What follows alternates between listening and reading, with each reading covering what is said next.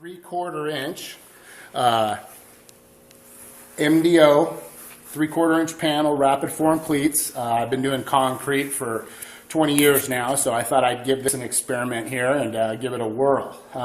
What I did is I sprayed these forms with a 2-stage coating, super hydrophobic. Normally we use form release, so what I did is I took some xylene and I cleaned the forms before I poured it. I used just standard 3,000, 2,500 PSI mud you can pick up at any hardware store or Home Depot. Sprayed it with a gun similar to this, a little bit bigger. It's not here right now, but 2-stage, let it dry really good. Made sure I got good coating on it, and it did some little bit different stuff to the concrete. One thing I did is when I pulled the nails out, the forms normally stick to the concrete. When I pulled these nails out, I had a hard time keeping the whole box steady because it just falls off. I mean, let me give you an example here.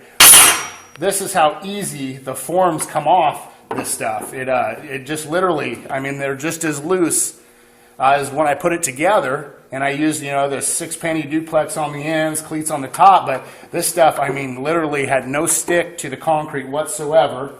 And you can see that the forms, you can see that this one here is kind of clouded white. It has the overspray of the top coat on it. This one here, it looks like the concrete had stuck to it, but let me grab some water real quick.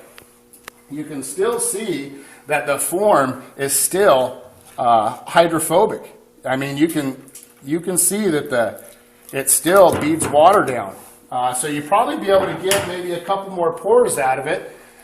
This one here did the same thing. After I stripped it, I just wanted to check and see, but you can see that, I mean, it's still good for another pour. It's still really hydrophobic, still repels the water, still dry. Same with the front form. What I did notice here is that the concrete actually came out pretty smooth for inside of a 3/4 inch form. I didn't sting it or anything. I just tapped on it just to make sure that it, see what it did with rock pockets and pushing the air and stuff in. And to me, as a wall, it looks really good. Even the front form here that we use is really hydrophobic too. Just water just beads off still. I mean, definitely reusable.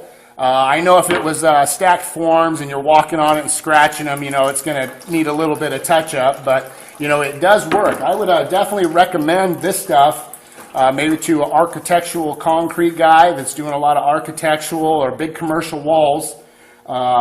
Definitely could be reusable. It is kind of expensive, but I think if you can get a couple good pours out of it. So what I did here is I just poured a little 8-inch by 16-inch cube of concrete, put some metal in it for some handles and stuff. One thing I did notice is, if you can zoom in a little bit here, on the edge of this thing here, usually this edge breaks off when you strip your forms because it's square.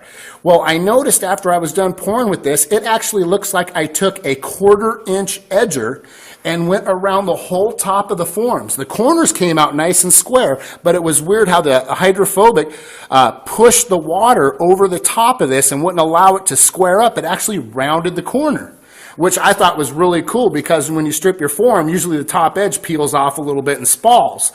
And that's kind of like why they run chamfer. You know, and plus the corners don't break. So this actually rounded the top edge of the concrete, which I thought was really cool. Another thing I tested when I was done with this, I wanted to see what the concrete did. So what I did is I poured water on the concrete, and somehow the top hydrophobic part of the Ultra Ever Dry bonded to the concrete off the form. So what I imagine it is you can see on the form, because I coated it really good, I wanted to give it a good test. This here is still super hydrophobic, but you can see the edge line here of where the concrete was poured, but down here you can also see, that's what I think is the overspray picked up into the concrete, and it bonded to the wet concrete here, and now it's stuck into the concrete. So the overspray I thought was awesome, but you know, it has its ups and its downs, but I thought this was really cool. now the block of concrete is hydrophobic. It's water resistant, just like the panel is now. And you know, I mean, it might be different for different applications, but now that the concrete is water resistant, I know a lot of people want to seal up their walls, but this one actually adhered to the concrete, which I thought was really cool. But anyway, 3/4 inch MDO, 2500 PSI concrete, any hardware store. Did a pour, liked the edges, rounded up. Concrete came out water resistant. Edges look really good, and the panels fell off.